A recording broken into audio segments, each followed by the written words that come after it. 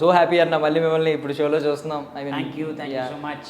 ఏమనిపించింది మీకు ఇప్పుడు నిహారిక గారి విజన్ చూసి? బికాజ్ ఎన్నో డ్యాన్స్ షోలు ఉన్నాయి, సో ఇక్కడికి వచ్చేసరికి యూనిక్నెస్ కొంచెం కనిపిస్తుంది. ఈ ప్యాటర్న్ కానీ బిడ్డింగ్ నుంచి ఐపీఎల్ బిడ్డింగ్ లాగా. బేసిక్ ఏంటంటే చాలా డ్యాన్స్ ప్రోగ్రామ్స్ జరుగుతాయి, కానీ ఆటలో స్పెషాలిటీ ఏంటంటే నాకు అనిపించింది, నేను అన్ని డ్యాన్స్ షోలు టీవీలోనే చూస్తాను, కానీ ఈ డ్యాన్స్ షోలో లైవ్లో చూస్తుంటే ప్రతి ఒక్క పర్ఫార్మెన్స్కి గూస్ బంప్స్ వస్తుంది. అంటే లైవ్లో చూడడం వేరు. మనం ఇంకోటి ఏంటంటే ఏ ఏ డ్యాన్స్ ప్రోగ్రామ్ అయినా సరే కొన్నిసార్లు టేక్ మధ్యలో బ్రేక్ మళ్ళీ టేక్ అలా ఉంటుందేమో, కానీ దీనిలో మాత్రం నాకు తెలిసి టేక్ కట్టే. సో కంటిన్యూస్గా నువ్వు 7 minutes చేయి, 8 minutes చేయి, లేదా 4 minutes చేయి, నాన్ స్టాప్గా చేయాలి. నాన్ స్టాప్లో ప్రతి సీక్వెన్స్ ప్రతిదీ గుర్తుపెట్టుకుని వాళ్ళు పర్ఫార్మెన్స్ చేయడం అనేది నాట్ ఎ సింపుల్ థింగ్. మనం మామూలుగా చేసుకోవట్లేదు. మనం ఏమంటాం, అది చేసింది ఓకే నచ్చింది ఇలా కొన్ని ఉంటాయి, కానీ చేసేవాడికి తెలుస్తుంది ఆ బాధ.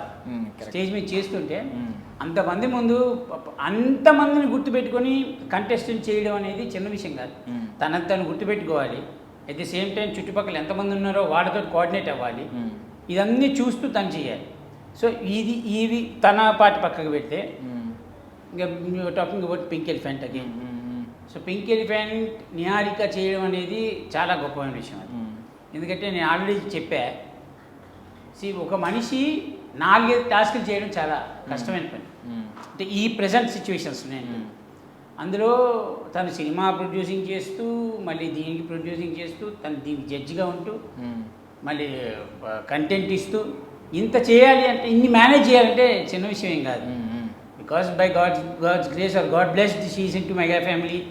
ఆ పవర్ ఎలాగో కంటిన్యూ అవుతుంది కాబట్టి I hope she will do lot of things in future. So మీకు ఎప్పటి నుంచో అనుబంధం ఉంది ఇప్పుడు నిహారిక గారితో, నాగబాబు గారితో. ఆ షో టైంలో ఆవిడ సరదాగా వచ్చి మధ్యలో చిన్న మెరుగులు కనిపించిన సందర్భాలు ఉన్నాయి. సో అప్పటి నిహారిక గారికి ఇప్పుడు చాలా మెచ్యూరిటీ ఉంది. అదే చెప్తున్నా. అప్పుడు తను వచ్చేది ఎలా, నాగబాబు గారు కూతురుగా వచ్చింది. కానీ ఇప్పుడు తనని చూస్తుంటే she's a producer. She's having lot of bundles in the back. అవన్నీ తను మోసుకుంటూ ఎక్కడ ఏం మాట్లాడాలి, ఎక్కడ ఎంతవరకు మాట్లాడాలి, ఎంతవరకు మాట్లాడితే మనకి వర్కౌట్ అవుతుంది, లేదా ఆడియన్స్ ఎలా ఇంప్రెస్ చేయాలి, ఇవన్నీ చిన్న విషయం కాదు అది. సీరియస్లీ ఎవరికైనా సరే, ఎవరు ఆ పొజిషన్లో ఉన్నా they have to carry these all things.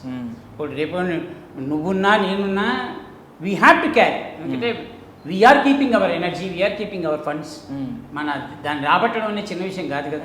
దానికోసం మనం ఏం చేయాలో చేయాల్సిందే. So she's doing very good, she's doing well and good. So Nagababu గారు నార్మల్లీ లెజెండరీ ఫిగర్. ఆయన మాట 10 మంది వినడం వేరు.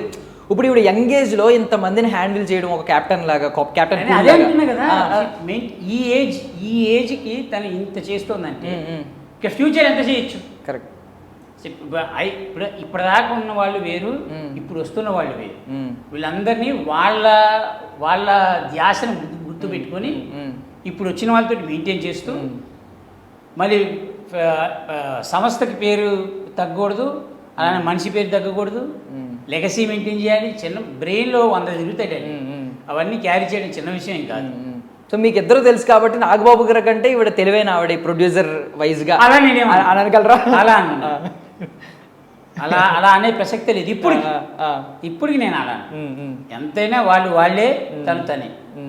వాళ్ళు బేసిక్గా నేనేమంటే అంటే నా కమెడియన్స్ దీనిలో మేమేమంటాం, పెద్ద కమెడియన్స్ కనబడ్డారని నేను చెప్పేది, మీరు వదిలేసిన కంచెలో మిగిలిపోయిన మెతుకులు మేము తింటున్నాం సార్ అంట. అలానే వాళ్ళు చేసినవన్నీ చూసి చిన్నప్పటి నుంచి తన ఇంట్లోనే పుట్టి పెరిగింది కాబట్టి అవన్నీ చూసి ఏది కావాలో అది తీసుకొని దాన్ని ఎలా ప్రజెంట్ చేయాలో తను చేస్తాను.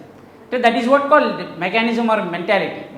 మనం ఎదగడానికి మనం ఏం చెయ్యాలి, ఎలా చేస్తే మనకు వర్కౌట్ అవుతుంది, అవన్నీ నేర్చుకుని తను వచ్చింది కాబట్టి దట్ సో గ్రేట్. సో ఇప్పుడు నాగబాబు గారి నుంచి ప్రొడ్యూసర్ వారసత్వం, ఇప్పుడు చిరంజీవి గారు పవర్ స్టార్ నుంచి ఇప్పుడు ఆవిడ కూడా స్క్రీన్ మీద సెంటర్ ఆఫ్ అట్రాక్షన్ అయిపోతుంది. నేను అదే చెప్తాను. ఇప్పుడు ఒక స్టార్ కూతురుగా చేయడం వేరు, స్టార్స్ ఫ్యామిలీ మెంబర్గా చేయడం వేరు. తను ఏం చేసినా అందరి మీదకి పడుతుంది ఎఫెక్ట్, రైట్? తను ఏ ఒక్క చిన్న మిస్టేక్ చేసినా కూడా నిహారిక ఇలా చేసింది అనరు, మెగా ఫ్యామిలీలో ఇలా జరిగిందంట.